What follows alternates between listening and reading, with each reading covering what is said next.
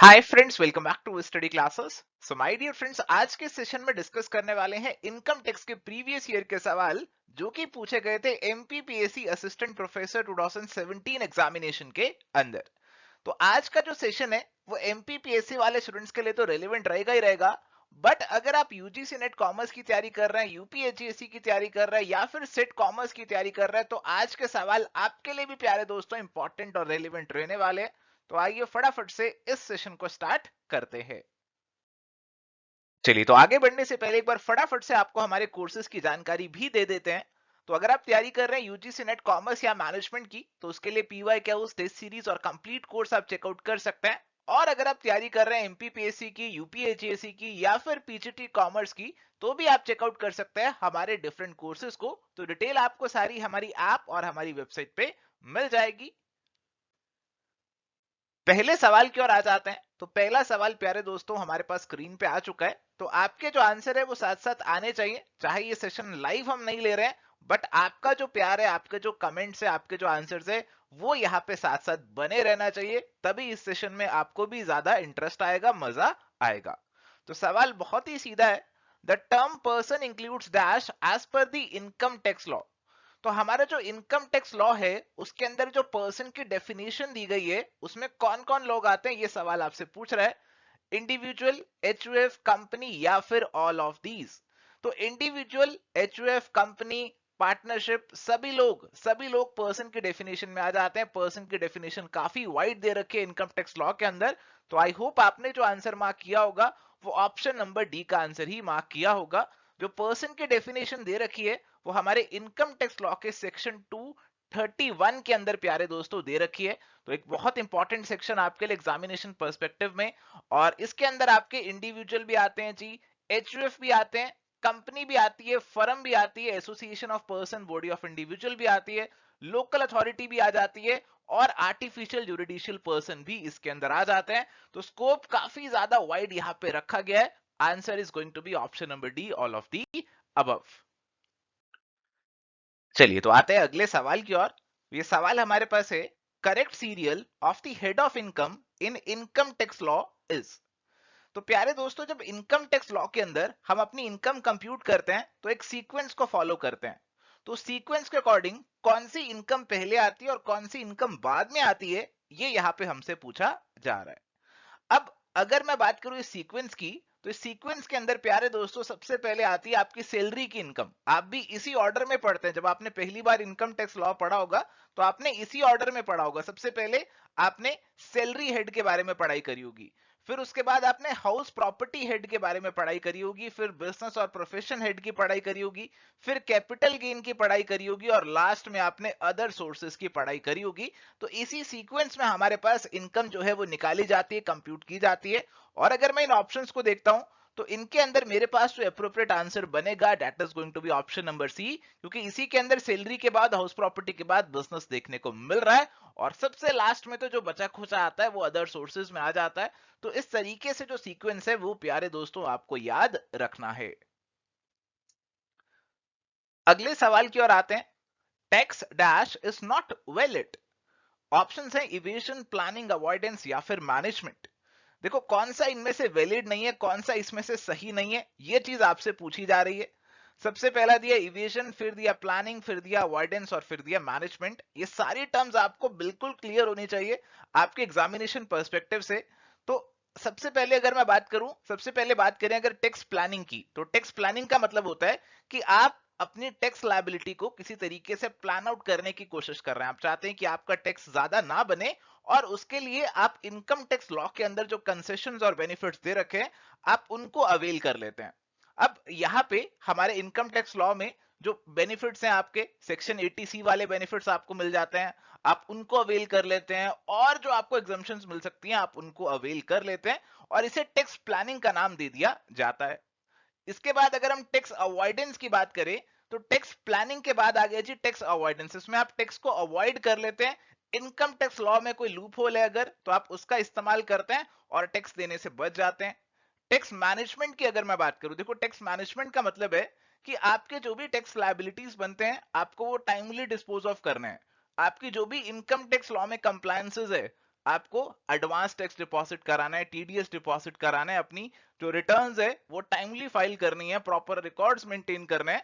तो अगर आप ये सारी चीजें कर रहे हैं तो आप टैक्स मैनेजमेंट कर रहे हैं। और अगर मैं बात करूं टैक्स इवेजन की, तो टैक्स इवेजन का मतलब है कि आप गलत तरीके से अपने टैक्स को कम करने की कोशिश कर रहे हैं, और ये चीज अलाउड नहीं है। आप कोई गलत गलत अपने एक्सपेंसेस दिखा रहे हैं और उसके कारण अपनी इनकम को कम शो कर रहे हैं। आपकी कोई इनकम है, आप उसे शो ही नहीं कर रहे, उस पर टैक्स ही नहीं पे कर रहे, तो ये टैक्स इवेजन है और ये लॉ में अलाउड नहीं है। Tax evasion is not valid, बाकी सब चीजें वैलिड है, बट टैक्स इवेजन आपका कभी भी वैलिड नहीं होगा, और इसीलिए correct answer option number A का बन जाएगा।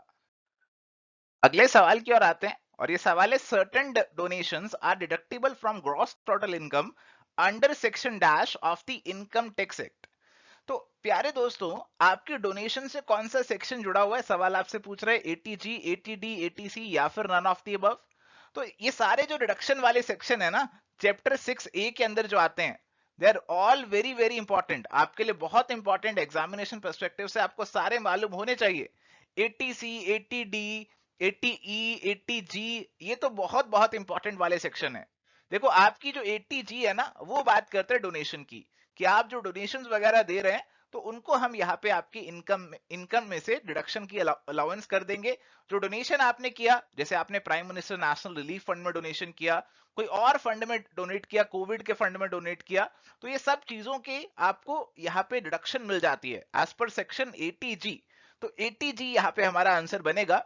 इसके अलावा 80C आपको मालूम होना चाहिए, इसमें 80C के अंदर आपको जो 1,50,000 की लिमिट के अंदर रिडक्शंस मिलती हैं, लाइफ इंश्योरेंस प्रीमियम की मिलती है, पीपीएफ की मिलती है, आपका जो प्रिंसिपल कंपोनेंट होता है हाउसिंग लोन का, उसकी भी मिल जाती है, स्कूल के बच्चों की आपकी ट्यूशन फीस होती है, उसकी भी मिल जाती है। तो काफी सारे रिडक्शंस यहाँ पे मिल जाती है।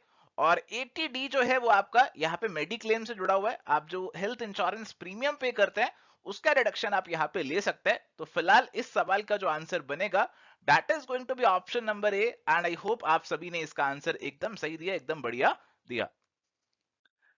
आते हैं अगले सवाल की ओर, और ये सवाल हमारे पास है, N assessee resides in his own house, the valuation of which is rupees 50 lakh and the fair rent is rupee 1 lakh per annum. Annual value of the house for the purpose of income tax is going to be। तो यहाँ पे बोला जा रहा है कि आपका जो हाउस है ना, उसकी जो वैल्यूएशन है वो 50 लाख है और उसका फेयर रेंट है 1 लाख पर एनम। तो उसकी एनुअल वैल्यू यहाँ पे क्या होने वाली है, आपको वो बतानी है। तो प्यारे दोस्तों, आपकी जो जीएवी, आपकी जो एनुअल वैल्यू निकलती है, उसके अंदर कुछ चीजों का रोल होता है। आपका एक्चुअल रेंट है, फेयर रेंट है, स्टैंडर्ड रेंट है, म्यूनिसिपल वैल्यू है, आप इन सब का इस्तेमाल करते हो। बट ये सारी की सारी चीजें धरी की धरी रह जाती है अगर आपका हाउस सेल्फ ऑक्यूपाइड है। देखो, पहली लाइन में बोला गया, an SSC resides in his own house, वो अपने घर में रिजाइड कर रहे हैं, सेल्फ ऑक्यूपाइड प्रॉपर्टी है। तो सेल्फ ऑक्यूपाइड प्रॉपर्टी के केस में आपकी जो एनुअल वैल्यू है वो यहाँ पे नील बन जाती है। ऐसा अलाउड है कि आप अपनी सेल्फ ऑक्यूपाइड प्रॉपर्टी जो है उसकी वैल्यूएशन नील दिखा सकते हो, और नेगेटिव भी हो सकती है। अगर आपने यहाँ पे कोई इंटरेस्ट पे किया, कोई हाउसिंग लोन पे इंटरेस्ट पे किया, तो ये नेगेटिव भी जा सकती है। और यहाँ पे इसीलिए आपका जो आंसर बनने वाला है वो क्या बनेगा, it is going to be option number D, zero का आंसर यहाँ पे आपका बनेगा। Option D is going to be the correct answer. सवाल है अगला हमारे पास, which of the following is not a head of income under the income tax act. Options हैं salaries, interest on securities, income from other sources या फिर capital gains. तो बहुत ही सीधा, वेरी वेरी इजी क्वेश्चन। आपके 5 हेड ऑफ इनकम होते हैं जो कि आपको मालूम होने चाहिए। इन 5 हेड्स में हमारे पास कौन कौन से हेड आते हैं, हमारे पास सैलरी आता है, हाउस प्रॉपर्टी आता है, बिजनेस प्रोफेशन आता है, कैपिटल गेन आता है और अदर सोर्सेज आता है। इंटरेस्ट ऑन सिक्योरिटीज बेसिकली हमारा अदर सोर्सेज का ही पार्ट रहता है, अलग से कोई हेड ऑफ इनकम नहीं है, और इसीलिए correct answer option number B जो है वो यहाँ पे प्यारे दोस्तों हमारा जो है वो बन जाएगा। Option B is going to be the correct answer. I hope इसका आंसर सभी ने एकदम से बढ़िया दे दिया होगा, एकदम सही आंसर दिया होगा। अगले सवाल की ओर आते हैं, विच of the following is not a direct tax. देखो, आपसे पूछ रहे हैं इनमें से कौन सा डायरेक्ट टैक्स नहीं है। हमारे पास दो तरीके के टैक्स होते हैं, एक होता है डायरेक्ट टैक्स और एक होता है इनडायरेक्ट टैक्स। डायरेक्ट टैक्स वो है जिसका बर्डन जिस पे पड़ रहा है उसी को वो टैक्स चुकाना पड़ेगा। जैसे आपकी जो इनकम है आपने कमाई, उस इनकम पे टैक्स भी आपको ही देना है, तो आपके ऊपर बर्डन आया और वो आपको ही चुकाना है, तो it is a direct tax. इसके अलावा इनडायरेक्ट टैक्स भी होते हैं। देखो इनडायरेक्ट टैक्स में हमारे पास जैसे जीएसटी एक इनडायरेक्ट टैक्स हमारे पास बन जाता है। तो जो हमारे इनडायरेक्ट टैक्सेस रहते हैं, जैसे जीएसटी एक इनडायरेक्ट टैक्स है, इन इनडायरेक्ट टैक्सेस के केस में आप अपना बर्डन किसी और के ऊपर शिफ्ट कर जाते हैं। जैसे आप बाजार गए दुकानदार से सामान खरीदने, आपने पेन खरीदा दुकानदार से, और दुकानदार ने जो पेन का बिल आपको बनाकर दिया, उसमें पेन के साथ साथ उस पे जीएसटी लगा के भी आपसे वसूला।